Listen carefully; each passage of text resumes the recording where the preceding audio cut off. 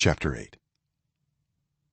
Then King Solomon summoned into his presence at Jerusalem the elders of Israel, all the heads of the tribes and the chiefs of the Israelite families, to bring up the ark of the Lord's covenant from Zion, the city of David.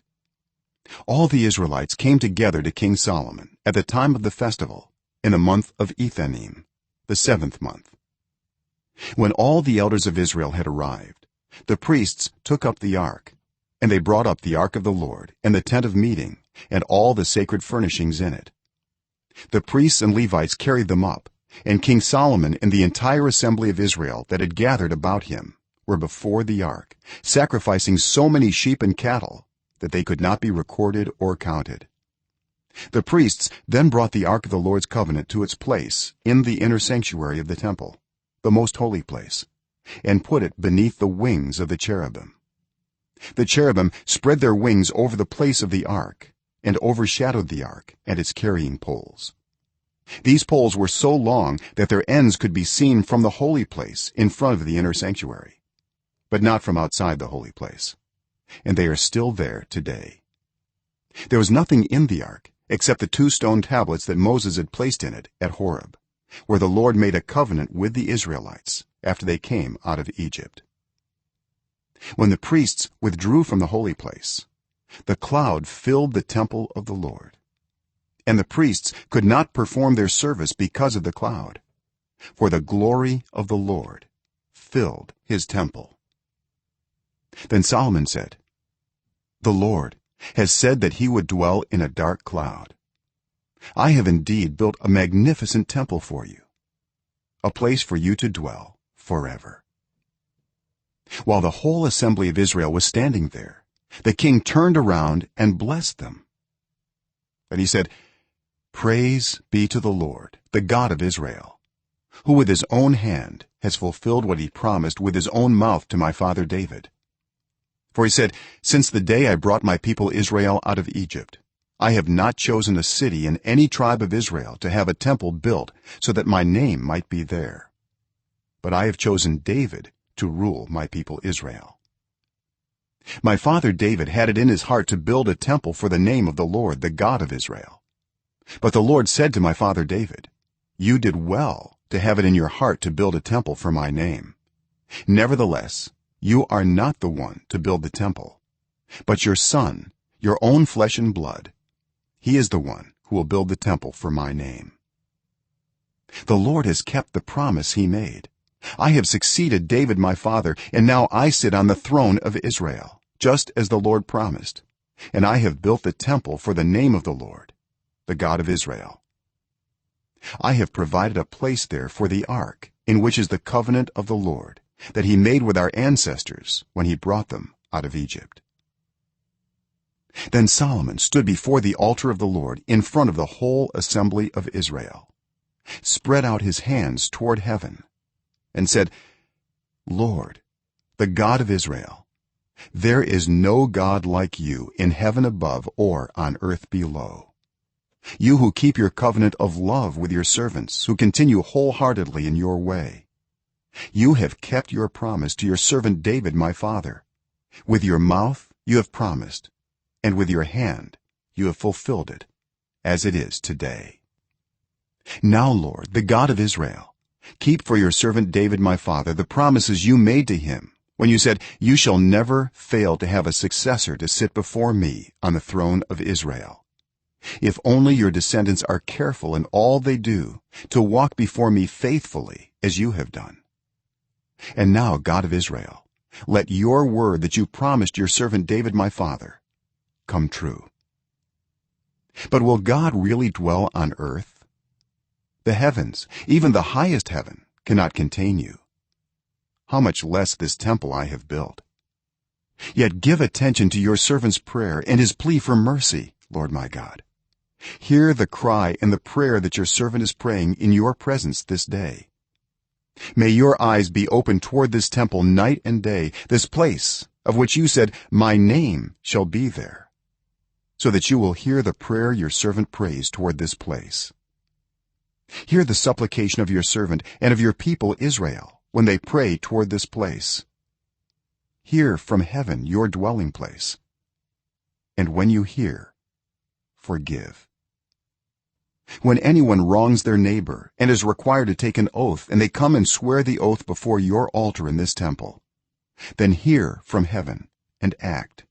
Judge between your servants, condemning the guilty by bringing down on their heads what they have done, and vindicating the innocent by treating them in accordance with their innocence.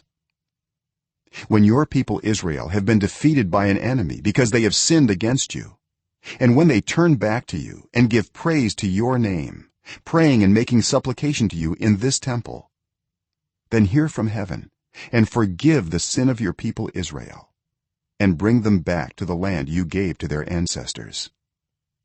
When the heavens are shut up and there is no rain because your people have sinned against you, and when they pray toward this place and give praise to your name and turn from their sin because you have afflicted them, then hear from heaven and forgive the sin of your servants, your people Israel.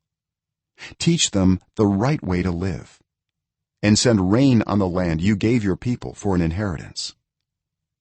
When famine or plague comes to the land, or blight or mildew, locusts or grasshoppers, or when an enemy besieges them in any of their cities, whatever disaster or disease may come, and when a prayer or plea is made by anyone among your people Israel, being aware of the afflictions of their own hearts and spreading out their hands toward this temple, then hear from heaven, your dwelling place. Forgive and act.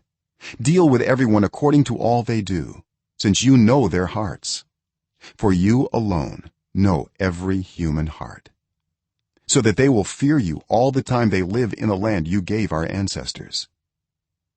As for the foreigner who does not belong to your people Israel, but has come from a distant land because of your name, for they will hear of your great name and your mighty hand and your outstretched arm, when they come and pray toward this temple, then hear from heaven, your dwelling place. Do whatever the foreigner asks of you, so that all the peoples of the earth may know your name and fear you, as do your own people Israel, and may know that this house I have built bears your name. When your people go to war against their enemies, wherever you send them, and when they pray to the Lord toward the city you have chosen and the temple I have built for your name, then hear from heaven their prayer and their plea, and uphold their cause. When they sin against you, for there is no one who does not sin, and you become angry with them and give them over to their enemies, who take them captive to their own lands, far away or near, and if they have a change of heart in the land where they are held captive, and repent and plead with you in the land of their captors, and say, we have sinned, we have done wrong, we have acted wickedly, and if they turn back to you with all their heart and soul in the land of their enemies who took them captive, and pray to you toward the land you gave their ancestors, toward the city you have chosen and the temple I have built for your name, then from heaven, your dwelling place, hear their prayer and their plea, and uphold their cause, and forgive your people who have sinned against you. Forgive all the offenses they have committed against you, and cause their captors to show them mercy, for they are your people and your inheritance, whom you brought out of Egypt, out of that iron smelting furnace. May your eyes be open to your servant's plea and to the plea of your people Israel, and may you listen to them whenever they cry out to you, for you singled them out from all the nations of the world to be your own inheritance, just as you declared through your servant Moses, when you, sovereign Lord, brought our ancestors out of Egypt. When Solomon had finished all these prayers and supplications to the Lord, he rose from before the altar of the Lord, where he had been kneeling with his hands spread out toward heaven. He stood and blessed the whole assembly of Israel in a loud voice, saying, praise be to the Lord, who has given rest to his people Israel, just as he promised. Not one word has failed of all the good promises he gave through his servant Moses. May the Lord our God be with us as he was with our ancestors. May he never leave us nor forsake us. May he turn our hearts to him, to walk in obedience to him and keep the commands, decrees and laws he gave our ancestors. And may these words of mine, which I have prayed before the Lord, be near to the Lord our God day and night, that he may uphold the cause of his servant and the cause of his people Israel according to each day's need, so that all the peoples of the earth may know that the Lord is God and that there is no other. And may your hearts be fully committed to the Lord our God, to live by his decrees and obey his commands as at this time." Then the king and all Israel with him offered sacrifices before the Lord. Solomon offered a sacrifice of fellowship offerings to the Lord, 22,000 cattle and 120,000 sheep and goats. So the king and all the Israelites dedicated the temple of the Lord. On that same day the king consecrated the middle part of the courtyard in front of the temple of the Lord, and there he offered burnt offerings, grain offerings and the fat of the fellowship offerings, because the bronze altar that stood before the Lord was too small to hold the burnt offerings, the grain offerings and the fat of the fellowship offerings. So Solomon observed the festival at that time, and all Israel with him, a vast assembly, people from Lebo Hamath to the Wadi of Egypt. They celebrated it before the Lord our God for 7 days and 7 days more, 14 days in all. On the following day he sent the people away.